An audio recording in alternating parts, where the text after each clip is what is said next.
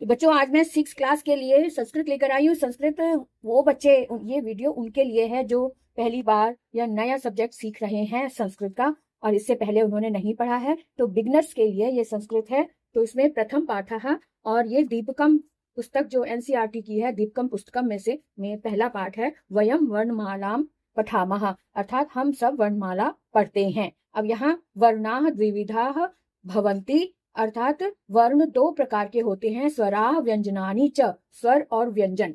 अब स्वर क्या होते हैं, सबसे पहले हम स्वरों के बारे में जानेंगे। स्वराः, तो स्वराणाम उच्चारणम स्वतंत्र रूपेण भवन्ति, स्वरों का उच्चारण स्वतंत्र रूप से होता है।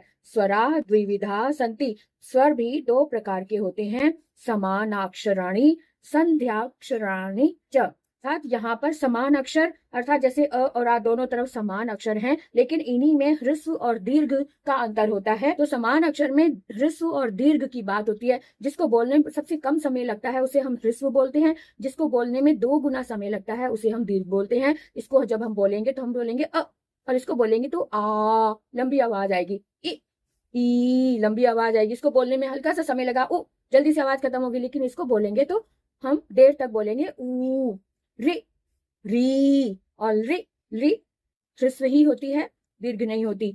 अब आगे देखिए, संध्या अक्षराणी, अर्थात जो 2 स्वरों से मिलकर एक अक्षर बनता है, एक स्वर बनता है, वो होते हैं संध्या अक्षराणी, या अर्थात जैसे ए, ऐ, ओ, औ, इनको हम संयुक्त अक्षर के अंतर्गत रखते हैं। और ए जो है वो 2 स्वरों से मिलकर बना है, अ और ई से ए बना है, अ और ए से आई बना है, अ और उ से ओ बना है, अ और ओ से औ बना है। अब यहाँ पर देखो, द्वयोः निश्चित स्वरयोः, यानी कि 2 निश्चित स्वर हैं, संधि द्वारा ये नवीना स्वर वर्णाः जायन्ते, ते संध्यक्षर स्वराः भवन्ति। अब 2 अक्षर से मिलकर एक स्वर बना है, तब ऐसे को हम संध्यक्षर स्वराः बोलते हैं। जैसे अभी ऊपर बताया कि अ धन ई तो ए बना, अ धन उ तो ओ बना।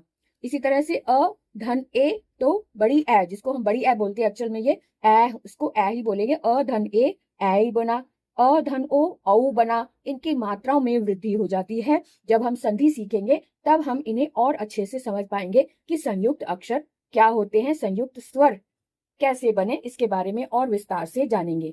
तो अभी तक हमने देखा था कि स्वर किसे कहते हैं। अब हम देखेंगे व्यंजन, व्यंजनानी। तो व्यंजन क्या होते हैं? व्यंजन एक सिंपल तौर पे हम समझ लें कि व्यंजन वो होते हैं जो स्वरों की सहायता से बोले जाते हैं। बिना स्वर की सहायता से हम व्यंजनों का उच्चारण नहीं कर सकते।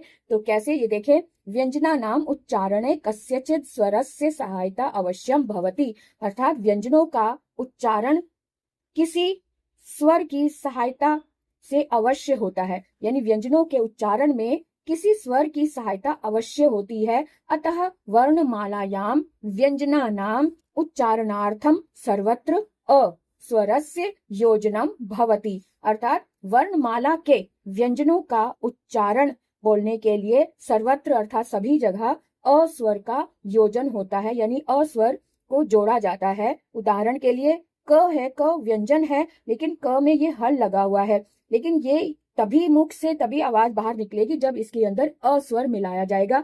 क में अ मिलाएंगे तब हम इसको बोलेंगे क, है ना। ख में अ मिलाएंगे तब हम इसको बोलेंगे ख, ग में अ मिलाएंगे तब हम बोलेंगे ग, क्योंकि इसको बोलते समय देखो लास्ट में अ की आवाज आती है ना, ध्वनि आती है क, देर तक बोलेंगे तो अ की ध्वनि आ रही है, तो वो जो ध्वनि है वो यही स्वर है। इस स्वर की वजह से हम मुख से इसकी आवाज निकाल पाते हैं या इसका उच्चारण कर पाते हैं।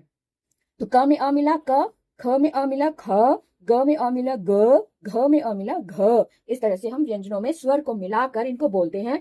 अत्र व्यंजनम, केवल जो व्यंजन होते हैं वो केवल ऐसे होते हैं जिसमें स्वर नहीं है। जब स्वर नहीं होता तब इसको हम ऐसे लिखते हैं, क में नीचे इसको हल लगाते हैं।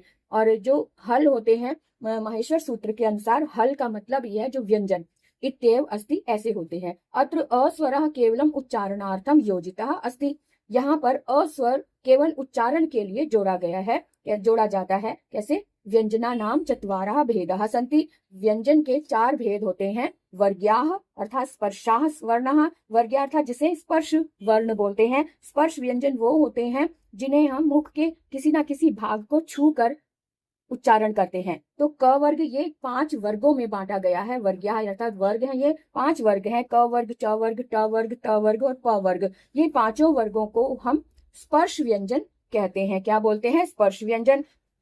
और हर एक वर्ग में 5-5 वर्ण होते हैं। क, ख, ग, घ, ङ।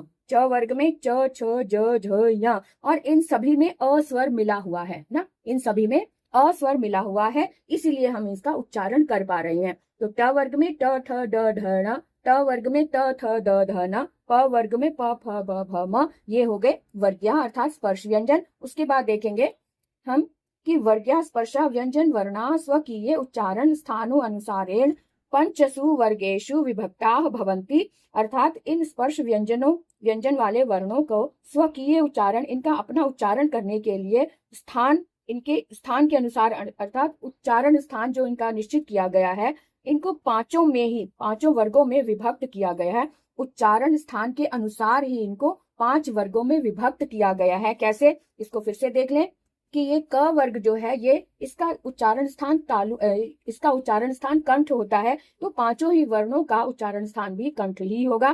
क, ख, ग, घ, ङ। च वर्ग का स्थान तालु होता है, च वर्ग का उच्चारण स्थान तालु होता है, इसलिए पांचों वर्णों को एक वर्ग में रखा गया है, क्योंकि इन पांचों वर्णों का उच्चारण स्थान तालु है। और ट वर्ग में जितने पांचों आए हैं, इन सब का उच्चारण स्थान मूर्धा होता है, इसलिए इसको एक वर्ग में रखा गया है। ट वर्ग का उच्चारण स्थान दंत होता है, इसलिए इन पांचों को हमने दंत उच्चारण स्थान होने के कारण इसको हमने ट वर्ग में रखा है। प वर्ग का उच्चारण स्थान ओष्ठ होता है, इसलिए इन पांचों को हमने ओष्ठ उच्चारण स्थान होने के कारण इसको हमने प वर्ग में रखा है। प बोलने के लिए हमने दोनों ओठ को जोड़ना पड़ता है, तब प, फ, ब, भ, म इस तरह से उच्चारण होता है, या ध्वनि इस तरह से बाहर आती है।